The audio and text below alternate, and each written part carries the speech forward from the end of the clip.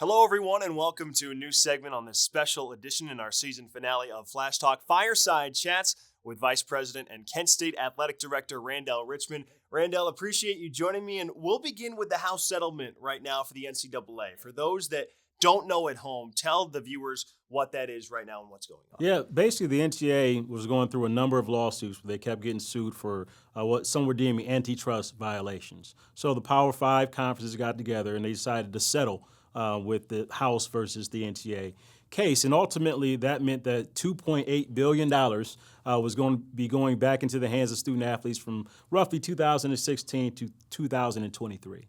Now, what that means moving forward is that there's other parameters around the House settlement where there's certain roster limits that we will now have to adhere to for those institutions who opt in to the settlement. So if you weren't party to the settlement, you can opt into the settlement.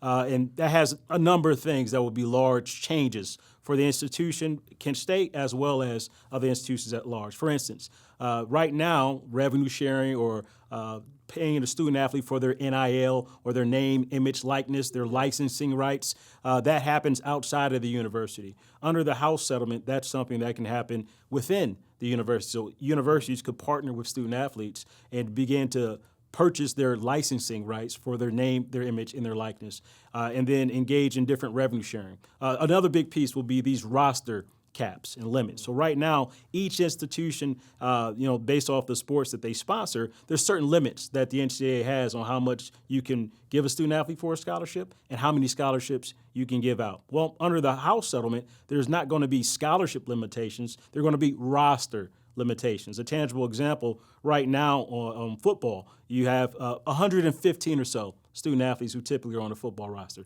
85 of them are scholarship student athletes.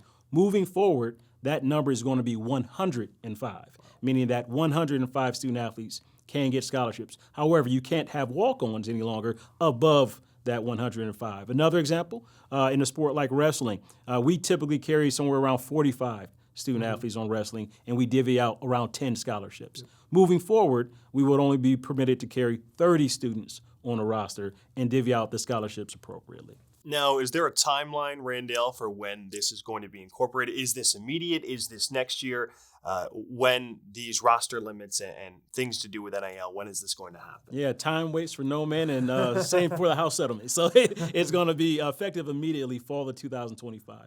Right now, Judge Collier Wilkin has preliminarily accepted the parameters of the House settlement. We haven't seen all the details yet, but one thing that we have heard and that we do know, there won't be a ramp-up period. This will be something, if approved, somewhere around April 7th, I believe is the date. Okay. That is when fall 25, these new provisions will go into place. And you mentioned name, image, and likeness, something that's still relatively new to college sports, but NIL here at Kent State, where is that having the biggest impact right now with a specific sport or just in general? There's two things of NIL. So you have what you will call the organic name, image, likeness. All right, someone is doing very well, and there's a market out there for that person. And so there's a company who wants to partner with them. Maybe they have a large social media following, or maybe they have an amazing season going on. And someone says, I want to partner with that student athlete. So I'm going to purchase your name, image, likeness for this rate for this event. It could be birthday parties. It could be some type of commercial. That's the organic NIL. Then you have synthetic NIL that are typically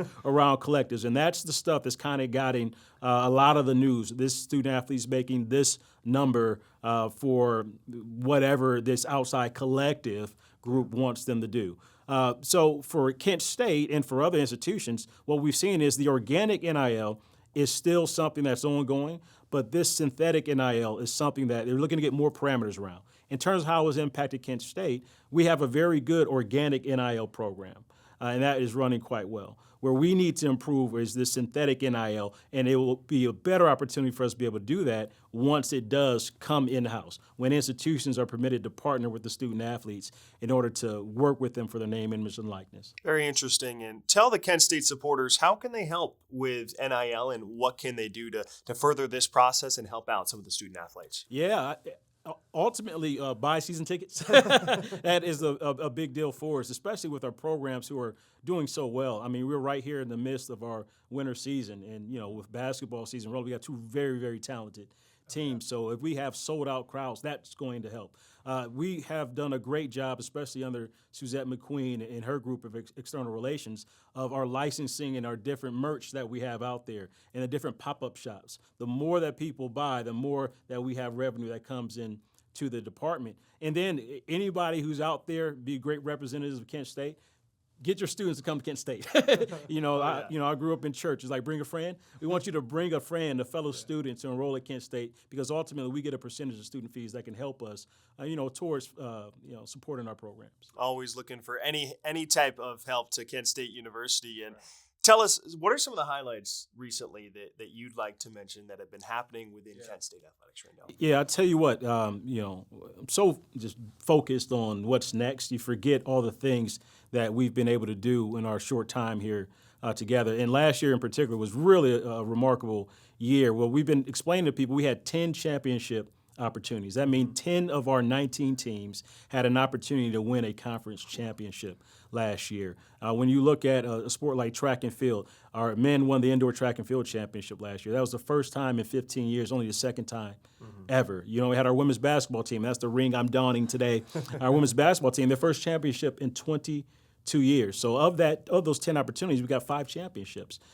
Gymnastics is a little bit unique where they don't win a conference championship. It's really based off of what they do throughout the entire year. Again, they were an NCAA qualifying team last year, tied for the first in a regular season. And then you have our women's outdoor championship for track and field. And that was the first time both the men and the women have ever won a championship in the same year in Kent State history. And last but definitely never least is our women's golf program, who have a quarter century of dominance and excellence, winning their 25th MAC championship in a row. And I always like to say there's only been 25 MAC championships ever in the sport of women's golf. So you have what's happening out there on the playing surface, but also what we're doing in the classroom. And I give a lot of credit to our coaches for the student athletes that they're recruiting, our academic staff for helping those students in their path along the way, and our students for being so diligent. We had our highest GPA ever in Kent State history. As a matter of fact, last fall, every team, all of our 19 teams, had over a 3.0 cumulative GPA. That has never happened before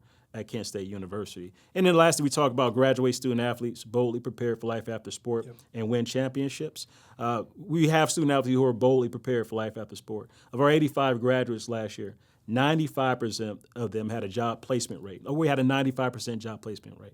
What that means is, of those 85 graduates, 95% of them either got a full-time job immediately, were admitted to graduate school, or had professional opportunities. That's just amazing with what we're doing, because that's the purpose that's bigger than ourselves, helping our student athletes be boldly prepared for what comes next. Certainly a ton of highlights to mention, Randale. And talking about you're always present around the athletic department and with the athletes. That's something everyone sees here at KSU. And you often travel with certain teams, whether it's during the postseason or the regular season. So what have been some of those memorable moments for you? And I know you just talked about a lot of those championships. Yeah, being in the presence of our student athletes. We talk again about purpose is bigger than oneself. They are the reason that we exist. They are our grand purpose. And outside of the ROTC, there's not a greater group of young people to invest in to become the leaders of tomorrow. You understand with the ROTC piece, so you're up there first. But after that, I believe the student-athlete population, that is the population that's going to lead tomorrow. So the opportunity for all of us to be around there, be in their presence, learn about their backgrounds, learn about their dreams, their goals, and be able to invest in them holistically is just a real privilege. And, you get an idea of what they go through when you are on that bus trip with them on the road, and you see them in their native spaces, and they see you. And it's really important that you are present, because they do notice that I have a goal that, once in a student-athlete's career, I want to make sure I'm on a bus trip with each team. Because once you're coming back at 3 a.m. and you see that they're getting up and going to class and they're still performing in the way that they're performing, you get an idea of what their day in life is like. And I believe that helps you relate with them even more. So it isn't one experience. It's more so just being in their presence and seeing, how they go about their day-to-day lives. Of course, everyone's often so focused on their sport, but Kent State athletes are also very active in the community. So can you tell us a little bit about that? Yeah, I'm so proud of what they've been able to do in that category. And I give Amy and the Savage a lot of credit there. Our student athletes do very well in terms of community service. And that goes into the holistic growth piece that we talk about. Serving others is a great way to grow we boldly prepare them for life after sport. A few years ago, we finished 4th in the helper competition, which is the Division I competition for how many community service hours that your student athletes perform. Matter of fact, we had about 460 student athletes, and 98% of them participated in community service. And that's not something that was a mandate from us as a department. And we're tracking right now 4th in the nation. And we've had a number of our teams be first overall, from our wrestling program to our lacrosse program. And this is something that is just taken off and really is a directive from our student athletes, specifically our Student Athlete Advisory Council, the SAC group. Those are the leaders of all of our student athletes, and they're nominating each year. They set different programs that they want to execute, and the community service drive is a very important one for them, especially around this time of year when we have Thanksgiving, you have those who celebrate the Christmas holiday. This is when the student athletes really dive in and give back, and it's been an amazing thing to see them participate in that fashion. Matter of fact, we had another competition with the school down the road, the University of Akron, with a canned food drive. And, although we won 1,300 cans to 800, everybody in all those pantries are the real winners as they serve the community. 100%. And I did want to mention, obviously, every college athletic department goes through some financial challenges here and there. So tell us a little bit about some of the financial challenges that are not necessarily just facing KSU, but college athletic departments as a whole, nationwide and also in the MAC. Yeah, it's a higher education first, right? So you're going through this deal where enrollment numbers are different, and people had less children, and less people are attending college. So then that's going to have an impact across the board. Our deal in the athletics department, we want to be great stewards of the university's resources. So while we are in the lower quartile of resources in the Mid-American Conference, we do everything we can to be great stewards of those resources. And I'm so proud with the accomplishments we've been able to have, even with that. And not just in one sport here or there, the comprehensive excellence that we've been able to have without having all the resources. So then when you don't have all the resources, you got to go get more. So that's what we've been able to do. It's been great partnerships that have allowed us to get more resources to support our student athletes. The Cleveland Clinic partnership that we just embarked upon, that has been a big deal for our department. When we switched our multimedia right partners, going with Van Wagner, that's been another great opportunity for an influx of resources that we've been able to acquire to help our student athletes. And then what we've done in terms of licensing and how that's grown exponentially since we've been together. These are all different ways that when we have the budget we have, we find different ways to still reach our goals. And you're in year 4 of your administration here as the athletic director at Kent State. I'll start with, what are you most proud of through your first 4 years here? Yeah, making it to your senior year. That's what you call it, your senior year. That's right. It's been a great experience thus far. I'm most proud of the team we've been able to put together, especially our executive leadership team. Because no one does this alone, especially if you want to be successful. And I'm so thankful for that group in helping us really shape the vision and then execute the plan that we have for Kent State athletics. Outside of that, it's been able to meet our mission.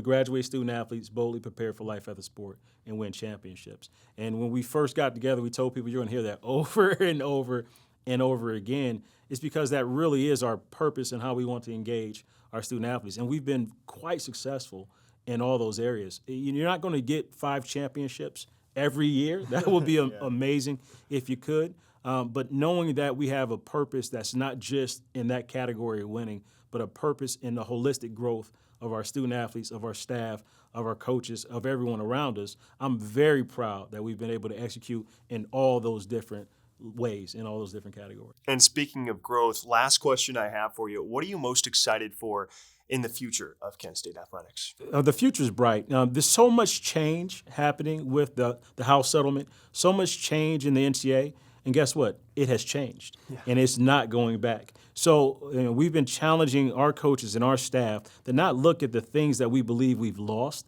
in the new direction of the NCAA, but look at all the grand opportunities that are out there for us to capitalize on, because we still have a same foundational purpose.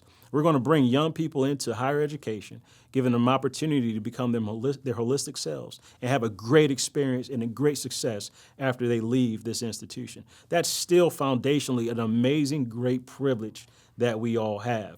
So what are the opportunities for us to grow in whatever the new structures are? Are there opportunities that you're hearing from your colleagues, opportunities that you're hearing at large, opportunities that we can come up with together to realize that we can support such a great and noble purpose? A special edition of Fireside Chats with Vice President and Kent State Athletic Director Randale Richmond on our Flash Talk season finale. Randale, we always appreciate the time. Always, brother. Thank you.